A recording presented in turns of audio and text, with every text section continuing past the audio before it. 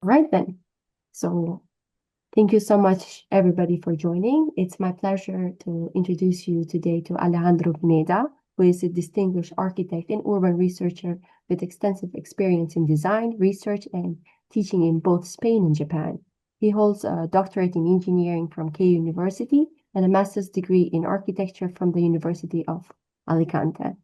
Alejandro's research examines the social and subjective dimensions of space, with the focus of shrinking Japanese suburbs and the role of residents' attachment to their communities in addressing urban decline.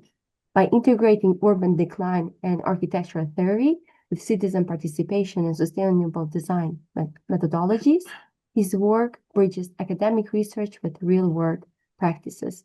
Some of his studies has already been published in international leading design and architecture journals. Today, Alejandro will share with us his latest research titled Sweet Spots of Suburbia, Uncovering Community Spaces for Urban Revitalization in the Peripheries of Tokyo. So Alejandro, the stage is all yours. Thank you. Thank you so much, my friend. Thank you. And thank you everyone for joining. It's nice to meet you and nice to see again all faces. So thank you so much. I will start sharing my screen now. Share. Okay, you can see my screen. You can hear me. It's okay? Yes, all good. Perfecto. Okay. Okay, so thank you so much, everyone. So I am looking forward today discussing with you about shrinking cities. And I think in previous classes you have spoken about urban decline in Japan, in rural areas, also what is happening in Tokyo. But I will focus more in what happens in the peripheral areas of these kind of big cities, in what we call suburbs. So today, this is the context that we are going to see.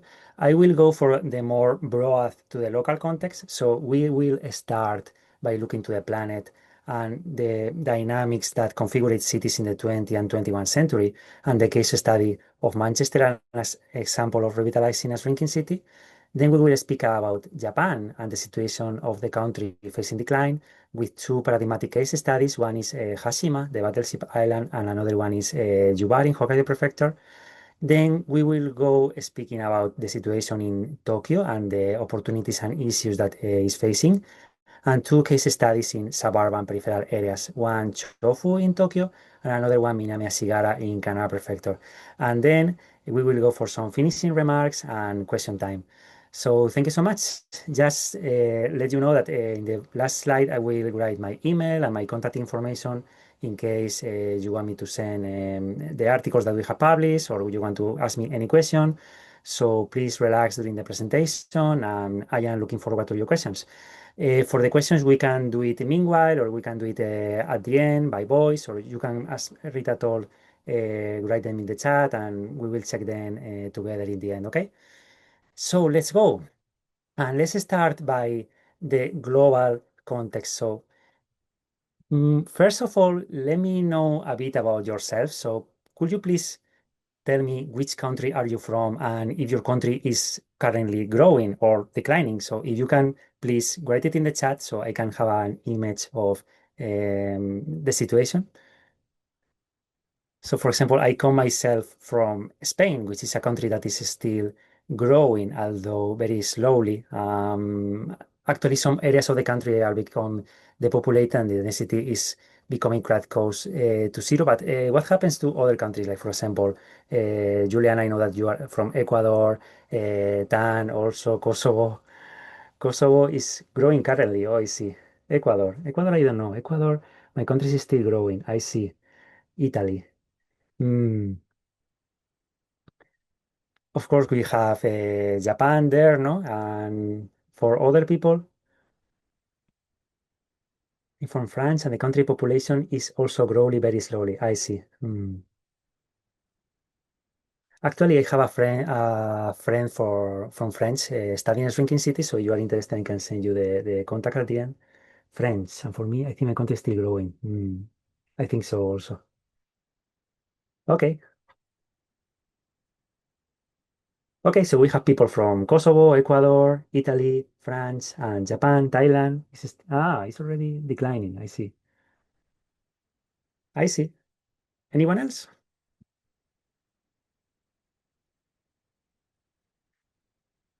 Okay, I think we can go. So this is what the situation is looking worldwide now. So the first we have to understand is that cities during the 20th century were conceived as what we call growing machines. So a city was considered more successful if it was growing more and faster than other areas around the world. So this led to more or less uncontrolled population growth worldwide and a concentration of population around big metropolitan areas around the world. So you can see that after World War II, in these 40 years, Japan population increased in almost a 50%, which is crazy. So the situation now is turning around, and more countries are facing the population, especially those in the North Hemisphere. And that situation is going to go even deeper in the next decades. So, for example, by 2050, Japan population is going to shrink about a 17%, and by the end of the century is going to shrink an additional 30%. So, but what do we understand as shrinking cities? So I know that some of you, I think you are reading the books by Oswald about shrinking cities and the work of the Shrinking Cities International Research Network. So according to them, a shrinking city is a densely populated urban area with a minimum population of 10,000 inhabitants that has faced population losses in large parts for more than 2 years and is undergoing economic transformations with some symptoms of structural crisis. So as we saw, it's a growing phenomenon in an increasing number of countries. And the causes of shrinking cities are very diverse and they are usually interconnected. So we have economic causes like globalization, the industrialization, also spatial and territorial ones like false reproductive values, deterioration of the urban fabrics, urbanization, recentralization, etc. And also social ones like change in household models, in the user preferences for transport systems, etc. But I think in previous classes you have studied about a decline in society, so Japan is going to decline, is going to affect countries worldwide. But why decline is a bad thing? Because I think most of us, we are living in quite populated cities like Tokyo or Madrid or Paris, which feels like quite dense. We have to go to trains, supermarkets. So it should be okay if the city decline, no? But the thing is, sudden population decline has also very negative consequences that affect directly the form of life of urban areas. So we have again spatial issues, economic ones or social ones, and among them we have longer transportation distance since public transport weakens, private vehicle usage increases, and because this increase, air pollution also increase, house abandonment with a consequent sense of insecurity. We have also decrease in commercial activity with a loss of local shops, increase of unemployment, and also because we cannot collect enough taxes, we have an oversized service infrastructure that we cannot maintain, and a decrease in public services like parks, health and welfare systems, etc. Also, a loss of the sense of community, since, as I mentioned before, cities are still conceived nowadays as growing machines. So those cities that are declining, that are shrinking, are seen in the minds of the public and in the media as failure cities. So there is a certain stigma of living in a depopulated city. And also, and this is important, a risk of social exclusion, because for those people that cannot drive, like elders or children, they are in risk of not being able to access basic services like healthcare, education, etc. So we have also to understand that population decline and aging are in most cases inevitable. So most governments are enacting policies to facilitate immigration, but especially to retain their population, so don't have big population losses. So from the city level point of view, as urbanists, what we can do is to revitalize specific places in these cities to at least improve the life conditions of the remaining residents living there. And this is what many cities around the world are doing, like Detroit, Curitiba, also Bilbao, Manchester, Leipzig, Toyama. So I will now briefly mention the case of Manchester in the United Kingdom, which is one of the few cities that managed to counteract population decline by following this kind of operation, revitalizing specific places related to identity and heritage. So this is Manchester in the United Kingdom. And it is a very beautiful city. It was known until the 19th century as the Venice of the North because it has a lot of canals going through the city. It has a lot of very beautiful old brick buildings, chimneys that you can see here. So it's quite a very pleasant area, but the problem is that during the beginning of the 20th century, the city underwent very fast industrialization, and then it also suffered a huge pollution of its air and water. So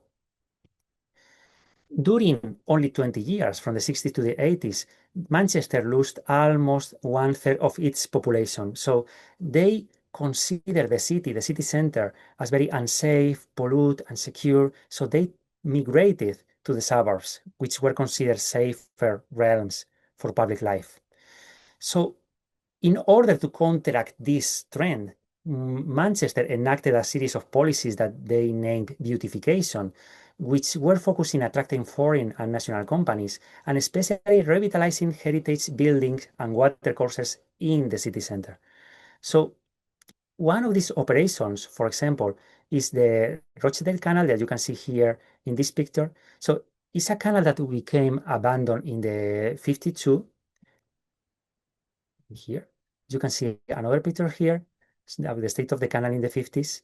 So the city proposed to restore it at the beginning of the 70s. So they started to properly maintain the canal, build it again, put it clean. And well, the operation finished in 2002, and you can see here the final stage. So what they do is not only to restore the canal, but also the industrial buildings that were in the sides of the canal. They propose some kind of activities that could support community life in an informal way, like shops, restaurants, cafes, which are happening inside these old industrial sites. No? So with this operation from 91 to 2021, Manchester has been growing even faster than other major English cities. So in only these 30 years, it has recovered about 36% of its population, and it was the last year was the third most growing city of the United Kingdom. So Manchester is like a typical example of urban revitalization based not only or not in making flashy projects, but in finding the strengths of the city related to identity and heritage and use it to revitalize specific points of the city. So these kind of operations also we can apply to other contexts like Japan or other countries worldwide. So let's check about the national case about Japan, what is happening here. So in Japan, I think you have also mentioned in previous classes, but uneven territorial development, falling fertility rates, and restrictive immigration policies has made the country to lose population and age faster than any other OECD one since the year 2008. So we have here that decline is affecting Japan, but to which extent? I mean, do you know which percentage of towns will not be viable by 2040? Maybe this is a bit difficult, but what do you think? Do you have some number like 30, 40, 50%, or what is your idea of Japanese shrinkage? If you can let me know in the chat, it's more than 65%. No. Oh. Anyone else or?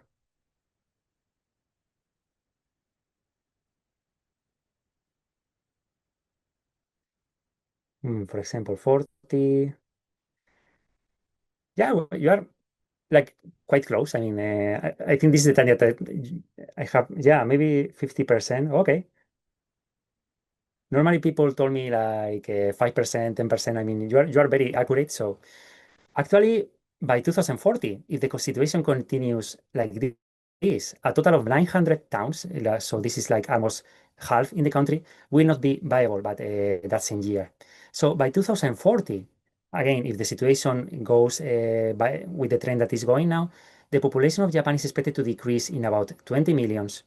And so I would like to briefly explain two case studies about shrinkage in Japan that you may already know. One is Hashima city in Nagasaki Prefecture, and the other one is Yubari city in Hokkaido Prefecture. So let me know in the chat if you know about these cases, please, if you have been there. Maybe this is quite famous, not only in Japan, but also worldwide as a shrinking city. Do you know about this case, about Hashima? It's also called Gunkanjima, which in Japanese means the battleship island. Julian, I guess. Other people is familiar with it, or? So, Yugashima no, Gunkanjima in Nagasaki Prefecture. It was a city found in the end of the 19th century for extracting coal from the undersea mines. So they were extracting coal from the bottom of the sea. Oh, you have been to a museum explaining the history of the island. You have to let me know about that museum later, please. I see. So it had a peak of population in the almost the 60s in about 5,000 people. And actually, in that year, the population density of this area was 83,000 people per square kilometer, which, if you think comparing to other cities like Tokyo or in our own countries, is super huge for being this kind of settlement in this year. So Gunkanjima became an independent community with its own apartment buildings, schools, hospitals, gymnasiums, movie theaters, pachinko parlors, etc., etc. So the problem is that Gunkanjima, and this is something that is happening and it will happen in other areas of the country, it was only depending in one resource of the city, in this case, coal. So what happens that that resource runs out on when the production system changes? Normally people has not reason to remain in the city, so they try to migrate to other areas. So when petroleum replaced coal as a fossil fuel because it is cheaper and easier to produce, people did not have so much motive for remaining here. So the mines became closed in the 64 and the area became a ghost island. So this is the current state. Well, it became closed during the pandemic, but it's reopening again next year. So you can go there, visit it, and walk around the ruins if you are interested. So this kind of running out from one resource, which the city is dependent, and then became a ghost town or a shrinking area, is something that we will check is happening not only in Gunkanjima, but in also other many areas in Japan and worldwide. So another similar case is Yubari City in Hokkaido. Do you know about Yubari? Maybe the Japanese know? Yubari City in Hokkaido Prefecture, let me know, please. It's a city in Hokkaido Prefecture that had a population peak in the 60s in about 120,000 people. So maybe for the Japanese, you don't know the city, but I am sure that you know the Yubari melon, which is, I think, the most famous thing of Yubari nowadays. But Yubari also started like Gunkanjima as a coal colony. So it was developed around coal mining. So they have a lot of mines, but also dormitories for the people working in these mines, restaurants, shops for living here, etc. The problem again is what happens when coal mining starts to decrease because it's not so sustainable. So if it is the only resource that the city is counting on, people start to migrate again, like in Gunganjima, and this is exactly what happened with Yubari. So they started to lose more and more people, and they started to become desperate. So they made the kind of different efforts in order to attract foreign and national tourism. And the most flashy or the most famous of them is that they built a complete theme park inside the city, this huge big theme park that you can see in this picture. The thing is that, again, this alone was not enough for attracting people to go to Yubari and living there and even to visit it only for this. So the theme park became closed, and nowadays you can also visit and see the ruins and take creepy pictures like this one. So this didn't work, and the population of Yubari fell down in 2007 to around 10,000 people. So this is huge. I mean, if you calculate this, losing in only 40 years, like almost 90% of its population. So in this same year, the city was declared officially bankrupt. So it doesn't means that cannot survive by itself. So you depend on governmental funds, or you depend on other cities for sustain yourself. So because of the failure of this kind of very flashy or these pro-growth interventions, the authorities of the city decided that that was enough. And what we are going to do now is to try to improve the live conditions of the residents that still live in Juari by revitalizing community facilities so they can live better in the city. And at least we can stop a bit the rhythm of decline. So they try to find and strengthen Juari unique resources and heritage. And an example of this, of what they did or what they are doing, is this Juari Coal Mine Museum. So they revitalize some of the mines and build this kind of museum where you can go and see who was the life in the mines, who was working there, the kind of spaces that conform the mines and the adjacent buildings, etc. So even if it is nothing very flashy, at least is something related to its heritage that is different to other areas. So Juari loses 90% of its population in these 50 years because this kind of pro-growth approaches did not work. So the approach changed, and the idea then was to reinforce Juari identity and heritage. And although Juari is expected to further shrink in the coming decades, the shrinkage speed has slowed down, and jobs are being created for first time in some decades. The thing of Jubari, again, is that it can be seen as a spoiler, as a harbinger of what Japan can look like in 2060. Okay, so that was for the Japanese perspective. So let's go now to the Tokyo case. Because when we think in decline, in shrinkage, normally we think in very peripheral areas, very rural zones, like in the countryside. But the truth is that Japanese largest cities are also going to shrink in the next decades. And in fact, the peripheries, the suburbs around the Tokyo area, are the ones who are going to undergo the most ill effects of the population, according to media, according to researchers. So this is the most pressing situation for urbanists and policymakers now. So I think many of you know this since you are living in Tokyo or around, but this is the Tokyo metropolitan area. So it's a huge urban agglomeration of more than 37 million people, fit in about 13,000 square kilometers, with 23 special wards and 119 cities that revolve around the Yamanote line and the city's central cores. And I am not sure, but I suppose that Professor Almazan has spoken with you in previous classes about the kind of redevelopment projects that are happening in the center of Tokyo. So these kind of huge operations that are happening in Minato, in Shinjuku, in Ekibukuro, in Shibuya, etc., they are dramatically changing the urban fabric of the city.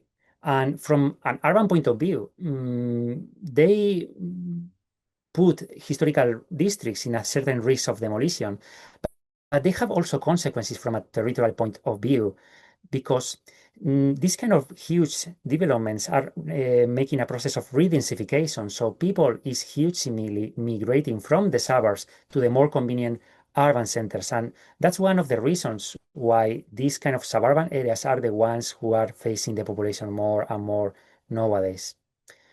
So if we check the Tokyo metropolitan area in plan, this is a map of the city urban fabric. So you can see different kind of building units like residential, low-rise in blue, also medium-rise in yellow, higher in red, non-residential, maybe mainly industries in purple, and also vegetation ones.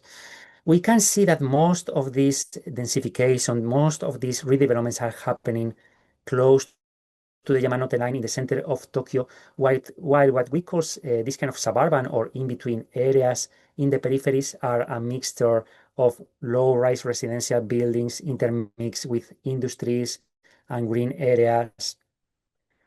And if we overlap the census, the population data from 2010 to 2020, we can check again that the center of Tokyo is acting like a black hole that is hugely increasing its population, and in some districts is increasing more than 30%, while the districts near the Yamanote line are stagnating. So that means that they are not growing or declining. They are like in a serious population change. And the 53% of remaining districts, especially those in the peripheries, are undergoing the population to a farther or lesser extent. So some of these districts in the peripheries are declining up to 30%, which is quite a serious situation to consider for now and for the next decades.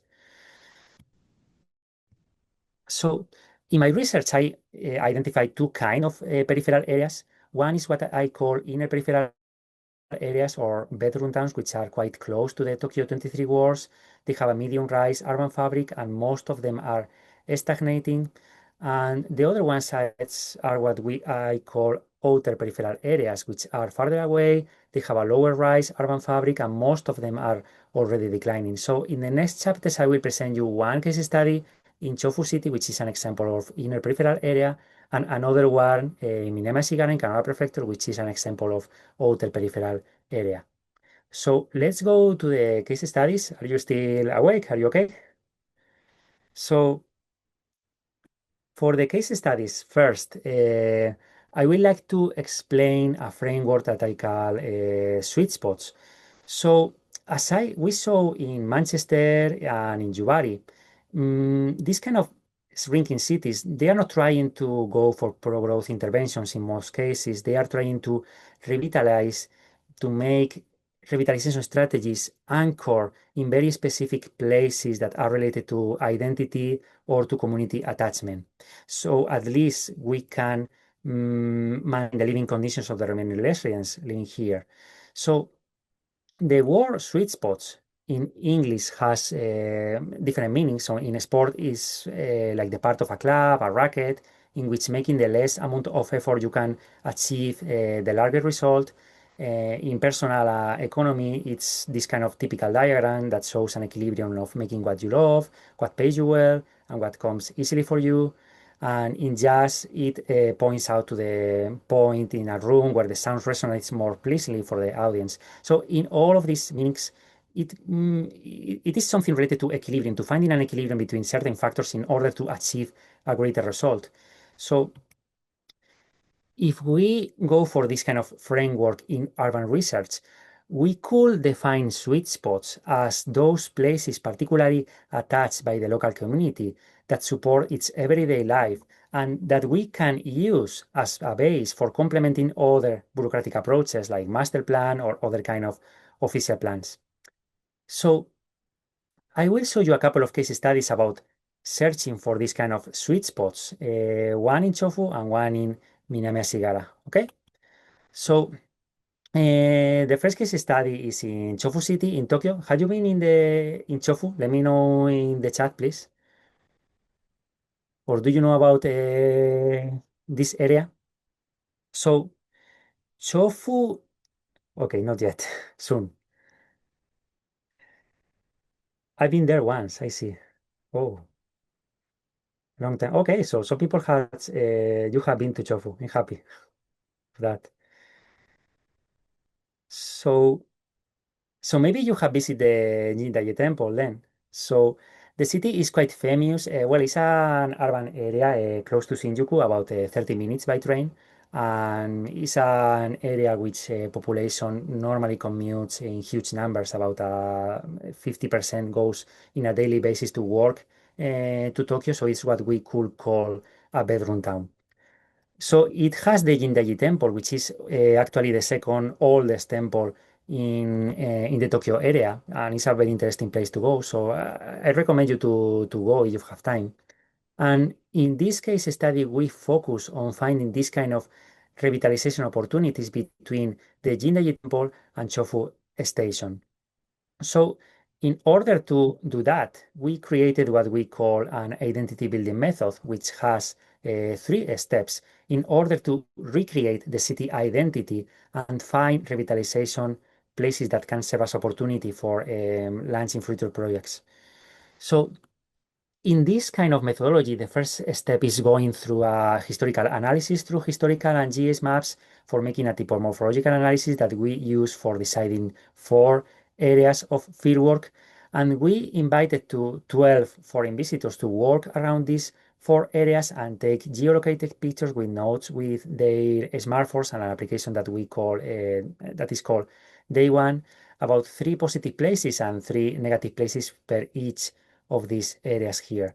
Then we classify all of these places and we use that information to interview 12 local stakeholders, and we ask them again to point out 3 places with positive and 3 places with negative characteristic in each area. And then with all of that information, we created evaluative maps of places with positive and negative characteristics. So regarding the respondents for this case, this is about the visitors, this is about the local stakeholders. So you can see here some of the pictures of the fieldwork that we made with the visitors and them taking photos and writing notes in their phones. So we invited a total of 12 people from Africa, Asia, and Europe to work around this area. And then we interview a total of 12 people carrying out local activities like fire brigade, priests, members of the youth association, members of the local council, etc. So from the fieldwork with the visitors, from the pictures that they took, this is the map that we obtained with the location of all these places. So we located about 323 places with captions, and we use those photos and this map to trigger conversation with the local people of Chofu. So these are the evaluative maps that we created from that information, and these ones are from the visitor participants about places with positive characteristics and places with negative ones. So of course, the foreigners point out to some like very touristic places like the City Botanical Garden, a very famous shrine here, or other kind of touristic places. But their perspective also was interesting in order to find some other resources that were often overlooked, like houses with very beautiful gardens, also urban farms or other kind of small green areas around the river, etc. For the negative ones, it was also interesting since they managed to identify also a great number of what we call akiya or empty houses around this area of Chofu. So with the perspective of the visitor participants for this case, the most interesting or the most engaging finding was to see that they found elements overlooked by the local participants but although they were overlooked by them, they were very related to Chufu identity. So, for example, this kind of urban farms that you can see here in this picture, or also this kind of handcraft shops and flower shops that may not appear very flashy, but they are quite related to Chofu identity, and they are quite useful resources in order to trigger this kind of revitalization to face shrinkage. The perspective also was really interesting in order to find this kind of abandoned spaces like these akiyas or abandoned spaces in the area, which using other methodologies can be very challenging to locate. So we made a similar process also with the local respondents. And again, the stakeholders point out to very touristic places like the Botanical Garden, the Shrine, some areas in the south of the station. But this was especially interesting because the most attached places by them were not the touristic ones, but some places that appear to be apparently ordinary, but are very attached by the local community. Like, for example, the local market that we have in the center of the area. Also, some places, this kind of yokocho or narrow bar alleys near to the station. Also, some of kind of this kind of attached places by the communities face some problems, like for the spaces under the highway because they are close to very high speed traffic because they have maintenance problem. But still, they are touched by the community and they are asking to maintain them and to improve them in order to have a better community life. So the local perspective in this case was particularly useful in order to locate these apparently ordinary everyday community places that are valued by the local community even above the city most known landmarks. So even normally, if in city kind of most bureaucratic approaches, we normally focus in improving the conditions of these famous landmarks, maybe we have to also to consider these kind of more ordinary places that are maintaining people community life here. So, for example, this kind of Yokocho, the bar alleys near to the station that we discovered, this kind also of vegetable market, or this kind of spaces under the highway that the foreigners thought that were abandoned and that can be perceived as a bit dangerous, looking for far away. But for locals, they are very attached places because in some areas they have playgrounds for parents with children are being actively used. So that's for the first case. Let's go for the second one. Are you still there? So the second case is about Minami Ashigara City in Kanagawa Prefecture. Do you know about, this is more difficult. Do you know about Minami Ashigara? Have you been there again? Let me know in the chat if you know about this city, if you have gone, if you plan to go. So I know about it, but I haven't been there. Soon. Okay. Never been there. I know about it. Okay. Juliana-san. For the Japanese, do you know about this city, Minami Ashigara in Kanagawa Prefecture? Can you let me know about it? Japanese people? So this is quite a typical example of a shrinking city in the outskirts of Tokyo, which was developed again around a single kind of industry, which in this case is called Fuji Xerox or Fujifilm, which you can see here in the background. And as we mentioned in the cases of Gunkanjima and Yubari, it's quite problematic when the city only depends on one kind of industry or in one kind of resource. And in Minami Ashigara, when Fuji Xerox, Fujifilm underwent restructuring in the 2000s and brought the production overseas, again, the population started to decline because there was a loss of jobs, so people did not have a particular reason to remain them. So from 2001 to 2020, the population is shrinking about 4,000 people, and the situation up to 2050 is going to be even more pressing, as you can see in the numbers. So Minami Ashigara, this area here, is located inside what we call Ashigara Heya, or the Ashigara Plain, which is a urban continuum in the west of Kanagawa Prefecture. So this is like a typical example of a Japanese sprawling area that is mixing in the same site, like low residential buildings mixed with agricultural fields, with other kind of green areas, with industries, the river going through. So a lot of things are happening here. It appears to be like a very chaotic scenario, difficult to play with. So normally for this kind of sprawl communities that do not have a especially clear structure, it's quite difficult to propose strategies to revitalize them, to find spots that are attached to the community in order to make our strategies to face decline. So to deal with this difficulty, what we made in this case study was to combine, well, in our last paper, what we did is to combine two approaches. One of them are interviews, so face-to-face direct interviews to local people, similar to the ones that we did in Chofu, and also data that we download from what is called location-based social networks, so LBSN. And this is social network that has location data inside it. So for example, Twitter, well, Instagram, Facebook, etc. You can access the location and you can see the information according to that location. No? So first, we interview 30 local stakeholders and transcribe these interviews into the role for the residents of the places that were attached in the area. And we categorize those places according to a number of respondents and made evaluative maps from that information.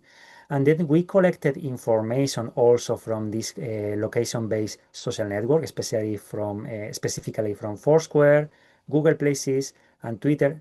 And we process that data and categorize it according to the number of users, the likability levels of the places in Google Maps, and also if the post in Twitter was negative, neutral, or positive.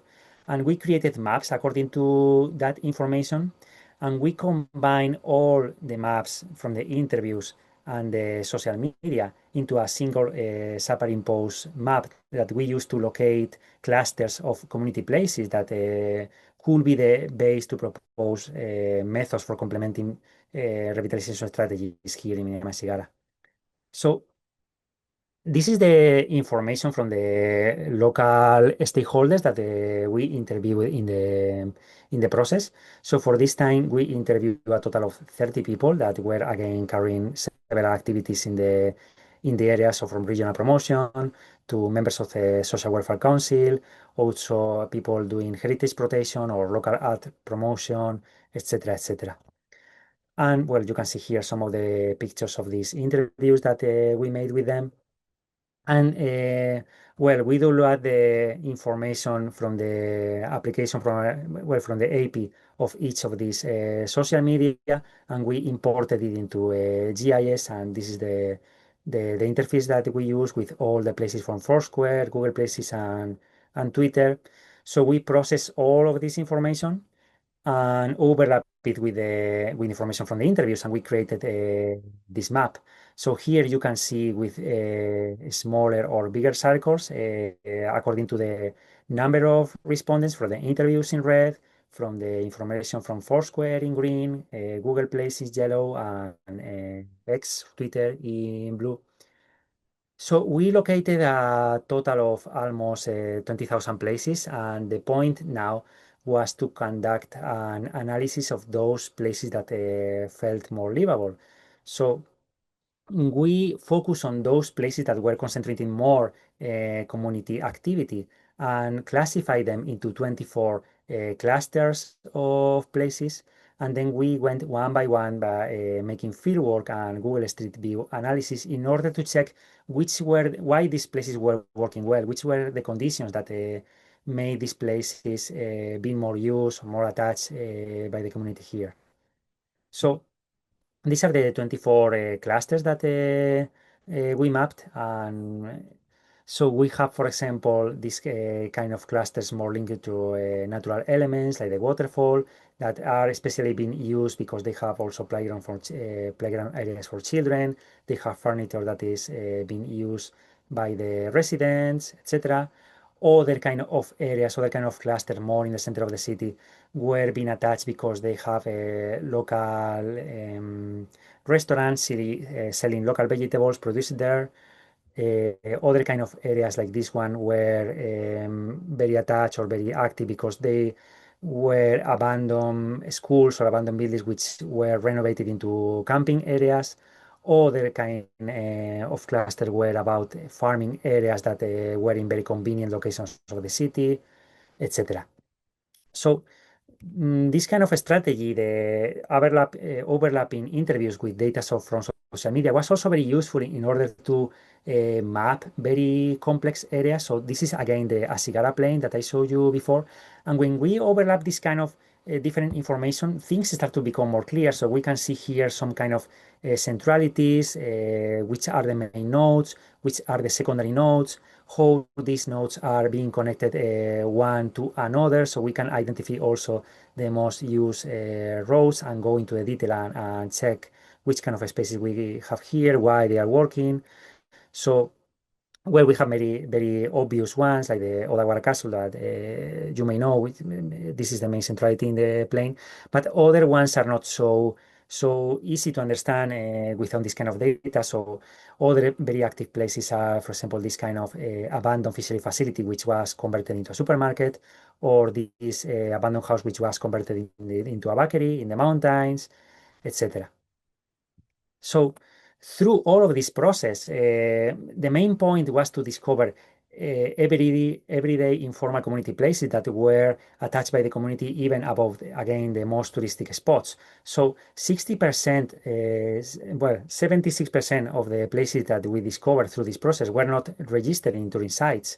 So in this kind of outer area of Tokyo, Minami-Sigara, most of them are related to in-between green areas between houses, and followed by kind of restaurants and shops that have been renovated from abandoned houses. This kind of informal spaces that we discover also with the information that we gather from Twitter, from Foursquare, people was also noting that they face serious challenges like very low accessibility. Some of them can be only accessed by car, or they have few resources in order to maintain them. But again, some of the abandoned spaces have been reconverted into different kind of community spaces that are being pretty actively used. So this is kind of an opportunity that we found here. We also check the complementarity of mixing this kind of traditional methodologies like interviews with this kind of more modern web-based technologies, this kind of data from social media, since they can work very well in the close scale for the interviews where you gather local knowledge in order to point out to these places, and also in the territorial context, because the large amount of data from social media can allow you to locate this kind of nodes that are not possible to map in other kind of approaches. So I think I have 10 minutes left. So let's go for some finishing remarks if you are still awake and living there. So, okay, so through these two case studies, we managed to locate several sweet spots in this kind of two metropolitan communities that in part palliate, in part compensate the scarcity of more formal public community spaces that in this kind of urban sprawl, outskirt areas. So most of these places that we found attached by the community are anonymous and are being used informally by the local residents. Like for example, this kind of spaces under the highway that I mentioned before, the spaces near the river in Chofu, this kind of bar alleys near to the Chofu station. Also, the more central farm areas in Minema Sigara, these kind of abandoned buildings that were converted into different kind of uses. So the point is that also these kind of places that we found, I will check two of them, one per case study a bit more in detail. They can also speak about the local heritage of these areas and can highlight the uniqueness of this kind of peripheral outskirts. So we normally tend to conceive suburbs as something lacking identity, like very generic, but by identifying these kind of more ordinary places with this kind of bottom-up approaches, we can see that there are certain species that are unique to this city. So, for example, this is in Chofu City, the market that I was mentioning again and again before. So it is a wholesale market in a base of a residential building that was opened in the 1972, and it had 90 retailers in its peak. But as the role and demand of these kind of wholesale markets started to decrease, the building started to become more and more abandoned, and finally it became completely abandoned. But it was reopened again to general customers in the 2005 by a real estate company. So now the supermarket is directly selling local vegetables from Chofu to people buying there. And apart from that supermarket, it has also 20 different shops like cafes, bakeries, flower shops, cram schools, or snack bars like this one. So it's a kind of situation that is unique in Chofu and is supporting even if it is not very flashy or cannot or may not appear like very relevant or very important, is a very crucial space for the city residents, and we should also include it or consider it as a base when we propose strategies in order to face decline for this area here. And another case in Minema Sigara is this campus school. So this was a junior high school, which was open in the 47, but closed in the 2010 due to the lack of students and funds. But it was renovated into a community space by a former student and reopened again in 2021. So the fields had been renovated into a campsite area that is being like quite actively used during summer and during winter. You can see here the people doing mochi. And the interior classroom have been renovated also into exhibition facilities that expose the works for of local children, local artisans. So This again is a situation that can be considered as quite unique of Minamia Sigara. Is being quite actively used for the people living around the area. Is fulfilling a quite a successful role, but it's not considered into touristic maps or in other kind of more bureaucratic plans. So it's also a point that we should include for this kind of future strategies. So in these two cities, by locating these places, we discover some of these problems like low accessibility, lack of maintenance, that are aggravated by the population decline and aging. So, but as most of the participants stated in both cases, we need community spaces in well-connected areas in order to support people living still there. So we can provide this kind of community spaces through the official master plans, and we can do so by revitalizing the ordinary community spaces and renovate some of the abandoned spaces that we discover through these both case studies and the methodology. And in this way, we can also complement more bureaucratic master plan, more bureaucratic approaches. So in this case study, we discover several abandoned buildings that are that can be easily converted into community ones. In Chofu, we discovered 13 abandoned buildings and 3 informal green spaces that could be revitalized into community spaces by including them in the master plan. And in Minama Sigara, this is already happening. Already 7 abandoned buildings has been already revitalized into informal community places that are working quite well for the community. So when I speak about master plans, about bureaucratic approaches, I mean this kind of maps. So master plans in Japan, they tend to be quite generic in the good and in the bad sense, in the sense that they consider strategies, operations for trying to contract decline, and they establish some kind of broad areas and goals in order to do that. The problem is that normally the plan stops there. They don't need to go to the lower scale. So the challenge is to go from these kind of plans to specific architectural interventions that we can propose in order to contract decline. So this idea and the frameworks of the sweet spots is conceived in order to make the following step, in order to support this plan into the next scale. So for example, this is the master plan of Chofu of the 2023. And if we overlap the places that we discovered through the identity building method, we can help to materialize some of the objectives of the plan. So, for example, the plan is proposing in the northern area of Chofu, promoting the nature of this zone, revitalize the river, making a cliff axis going from west to east, making a green axis going from south to north. And that could be easily achieved or could be easily materialized by considering this kind of, for example, the urban farms that the foreign discovered through the area, and also this kind of local selling vegetable markets should be a central point in order to develop this kind of green strategy to promote the identity and the nature of Chofu here. Also, the plan is proposing to develop the business character of the area close to the station, develop a livable station square with a central base. And in order to develop this business, this more commercial or third place oriented character, we should consider this kind of non-touristic spots, these kind of more ordinary places like the bar alleys close to the station, which could also help to fulfill that role that the master plan is proposing here. And the same goes to Minami Sigara. So this is Minami Sigara master plan of 2024, and we can see some common characteristics with the previous one. So again, the plan is proposing like some quite broad goals, and is proposing some areas of intervention. The problem is to go from these areas that the plan is stating like quite broad to the next level, propose specific buildings to materialize this into specific interventions.